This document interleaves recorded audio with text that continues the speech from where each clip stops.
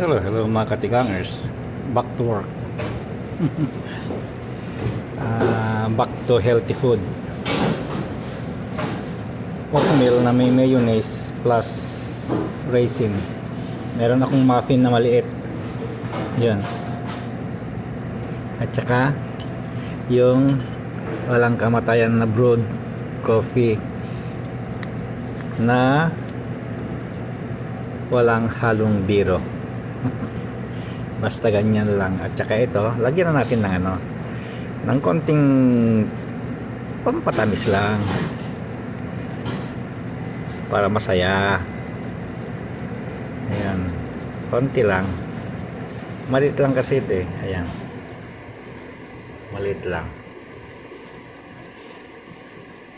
Ewan ko ilang ml lang ito. Ayun, andun 14 grams, 1/2 ounce, 15 ml,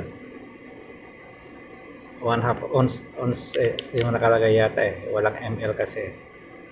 O net weight yung nakikita ko, half ounce 15.